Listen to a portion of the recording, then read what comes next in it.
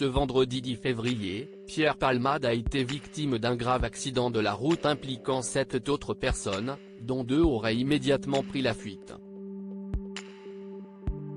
Dans la nuit, des images impressionnantes des véhicules après la collision ont été dévoilées.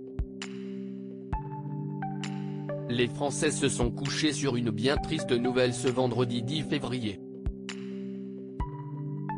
Dans la soirée, aux alentours de 19h, Pierre Palmade a été victime d'un grave accident de la route. Selon les informations du journal du dimanche, l'accident se serait produit à hauteur de la commune de Villiers-en-Bière en Seine-et-Marne, à proximité de Damary-les-Lys, sur la RD 372. 3 voitures seraient impliquées dans le drame. Celle où se trouvait l'humoriste de 54 ans aurait percuté une deuxième, où se trouvait à bord une femme enceinte, le frère de celle-ci et son enfant de 6 ans, avant que les 2 véhicules ne soient percutés par un troisième, avec un homme de 80 ans au volant. Si ce dernier ne s'en sort qu'avec de légères blessures, Pierre Palmade ainsi que 4 autres personnes auraient été grièvement blessées.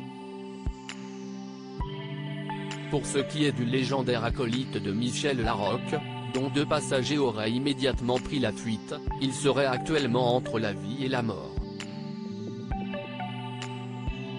Bien qu'ayant dû être désincarcéré de sa voiture, il serait conscient.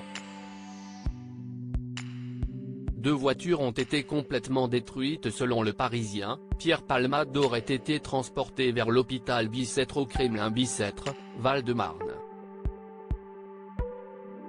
Il souffrirait, d'après Le Figaro, d'une fracture du fémur et du tibia et possiblement d'une hémorragie interne.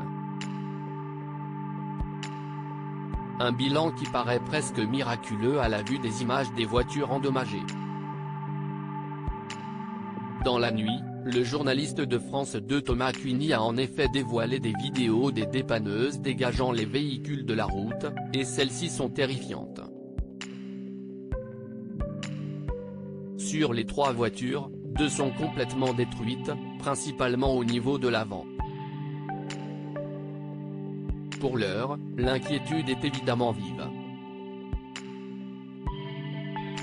Plusieurs célébrités proches de Pierre Palmade ont même pris la parole pour faire part de leur désarroi. Si est-il le cas notamment de Nathalie Marquet, la veuve de Jean-Pierre Pernaut, qui a écrit dans sa story Instagram « Sois fort, on pense très fort à toi et on prie, mais aussi pour cette femme enceinte et son fils. Toutes nos pensées vont aux victimes ainsi qu'à leurs familles.